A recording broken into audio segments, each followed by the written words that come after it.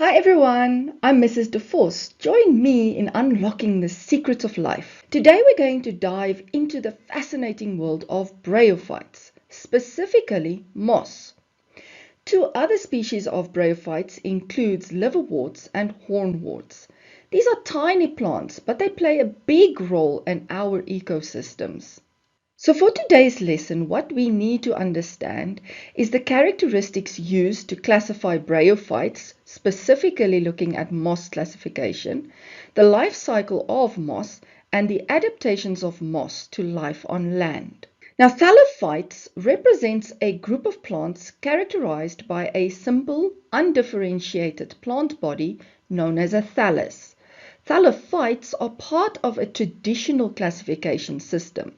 However, modern taxonomy has refined the classifications based on evolutionary relationships.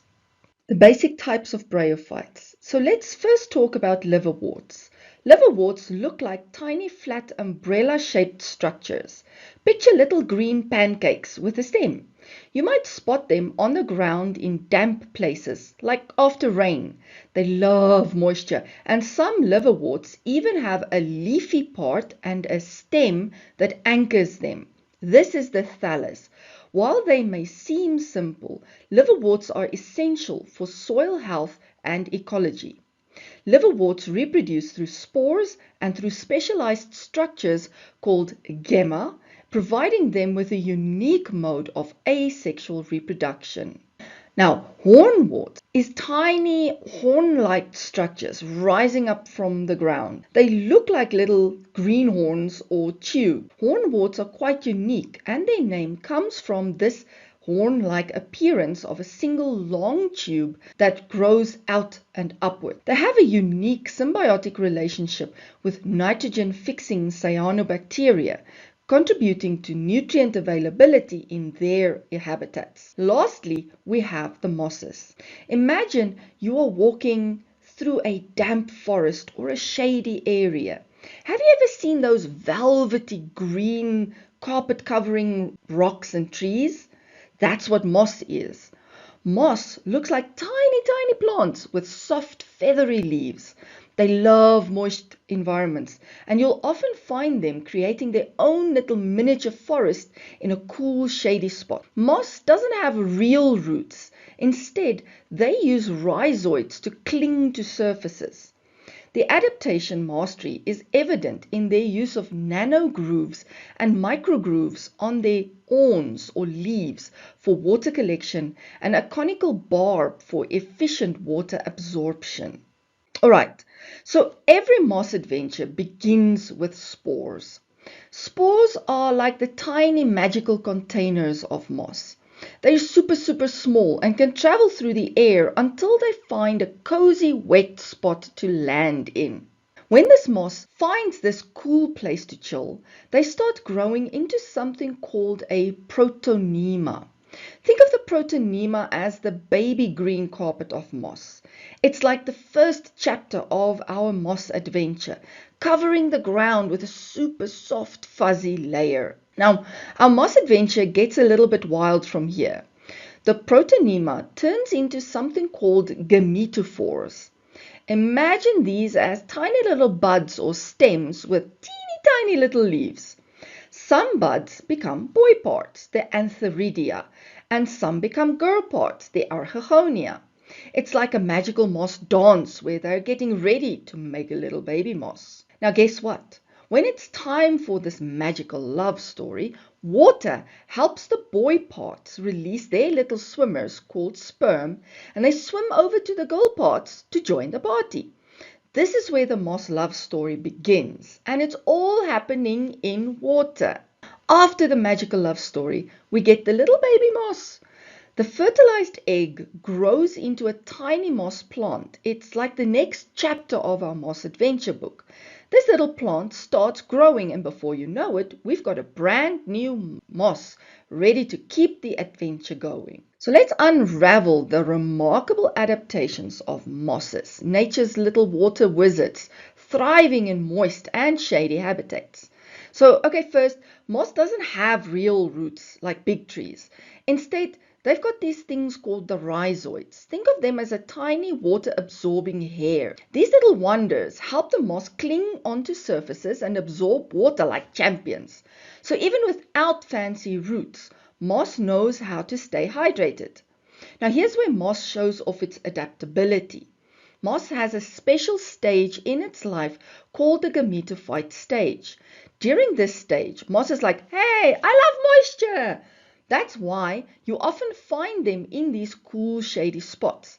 They're experts at thriving in the damp environments, making them true moisture-loving champions.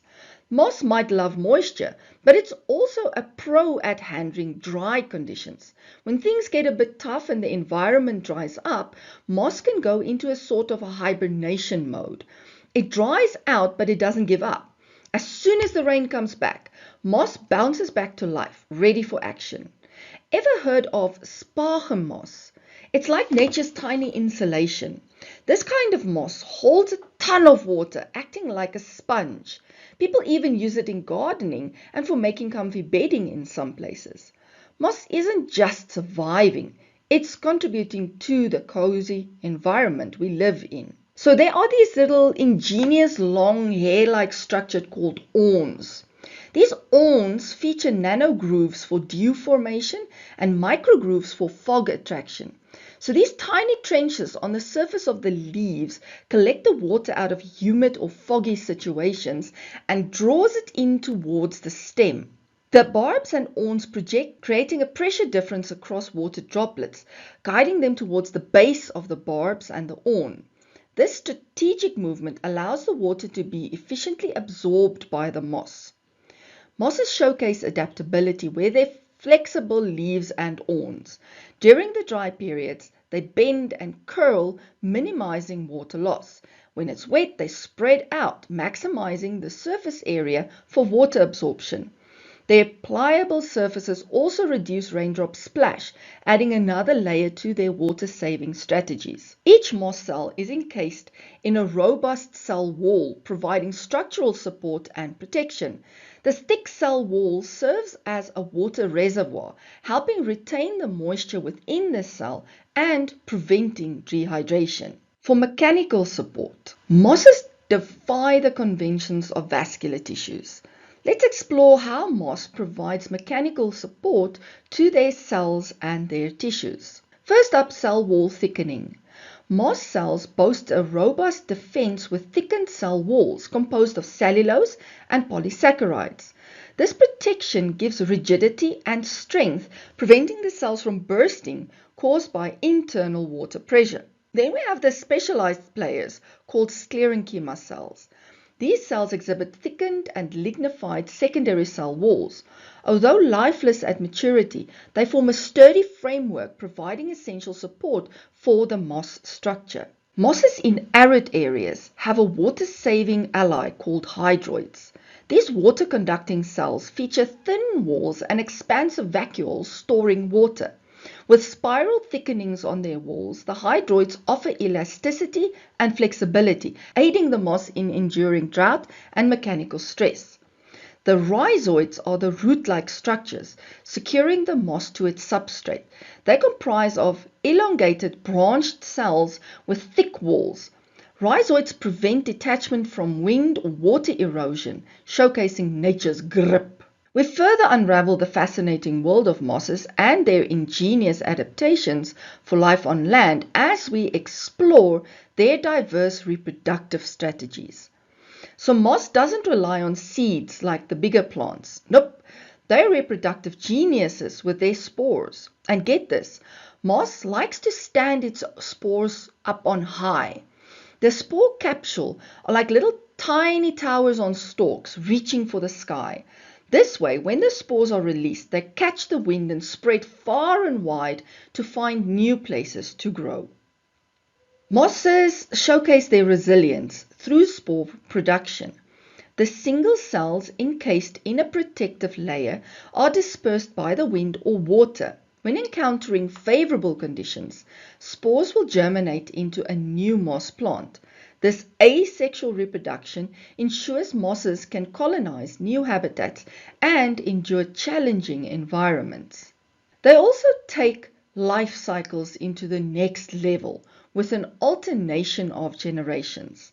The dominant visible gametophyte produces sex organs and gametes, while the dependent sporophyte, a short-lived phase, generates spores within a capsule. This sexual reproductive strategy allows the moss to maintain genetic diversity and to adapt to changing conditions. Mosses also employ asexual propagation, unleashing specialized structures or fragments for reproduction. Some produce bulbils, small buds detaching from the parent plant to grow independently. Others release their gemma, tiny tissue discs growing into new plants. Moss can even regenerate from leaf or stem fragments, ensuring a spectrum of reproductive options. At the core of the moss lies the central axis, an unassuming yet pivotal element. Radiating from this axis are the leaf-like structures. Moss leaf morphology typically involves small, simple, and often translucent structures arranged in a spiral pattern around the central axis. The unique charm of the moss lies in this leaf arrangement, which not only captivates the eye, but serves as a crucial role in the plant's physiology. These leaves direct the flow of water. Moss has mastered the art of hydrodynamics, channeling water through its delicate architecture with precision. This orchestrated movement guides life-sustaining moisture to the rhizoids, the thread-like structures anchoring the moss to its substrate. So to summarize, the key characteristics that define bryophytes, the pioneers of Earth and the plant kingdom. The dominant generation is the gametophyte. That's the visible part of the life cycle. This takes center stage. This phase, marked by the production of gametes, plays a pivotal role in their reproductive journey.